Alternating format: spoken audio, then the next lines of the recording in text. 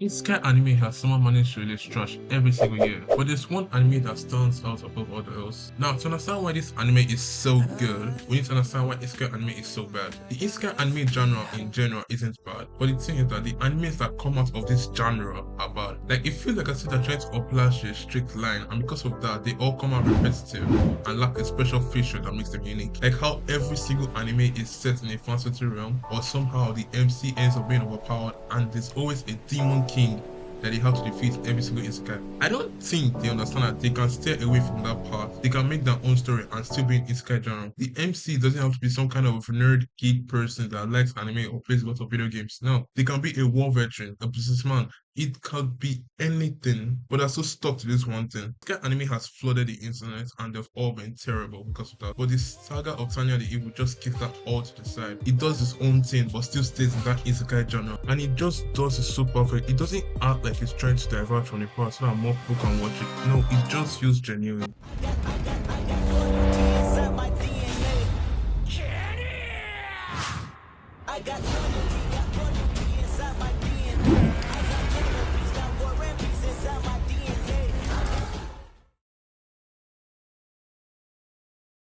Okay, in the Saga of Tanya the Evil, you're a businessman that's about to fire an employee, but you just don't care. You don't care what that employee feels like, you just want to fire that employee. You're a very logical person who believes that everything has a reason and everything happens for a purpose.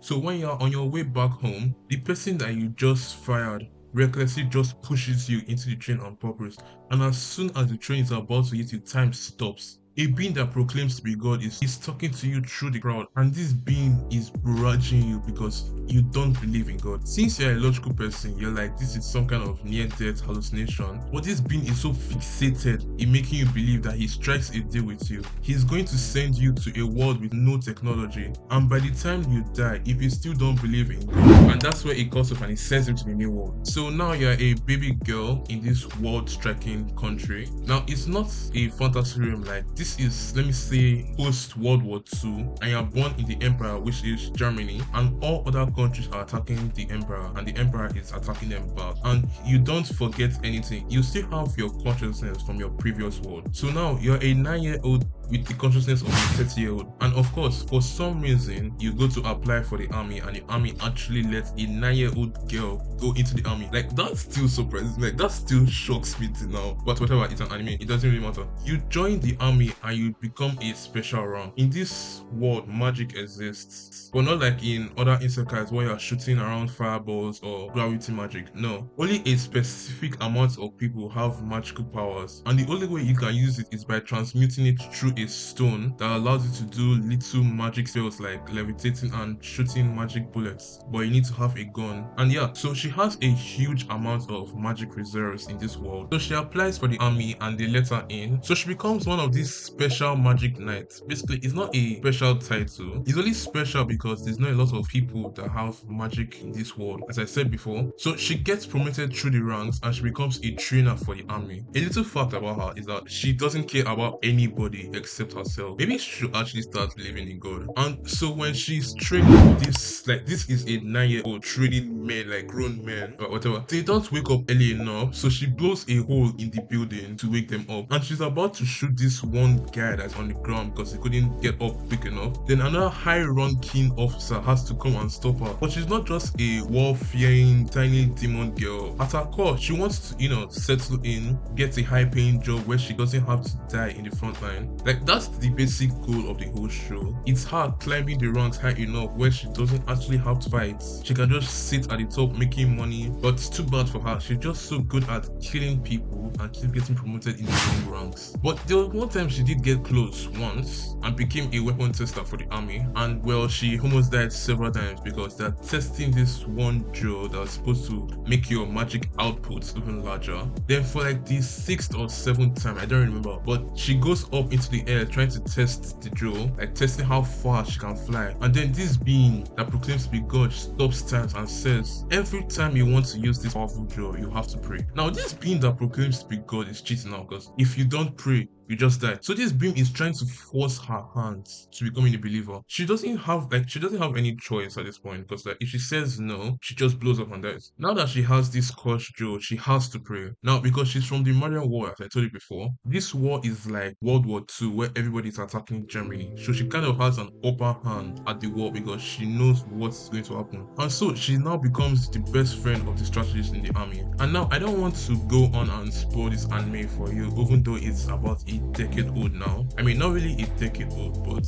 like 7 years now. But the reason this anime is better than all other isekai is because the reason he was brought to this new world actually makes sense. Because of the decision that he made to get tossed in front of the train makes a lot of sense. He fired somebody and the man didn't take it so well. So he caught him at the train tracks, pushed him. And in this new world of the 21st century, in this industrial age where a war is going on, she has a goal to get a job that she doesn't have to die in the front lines.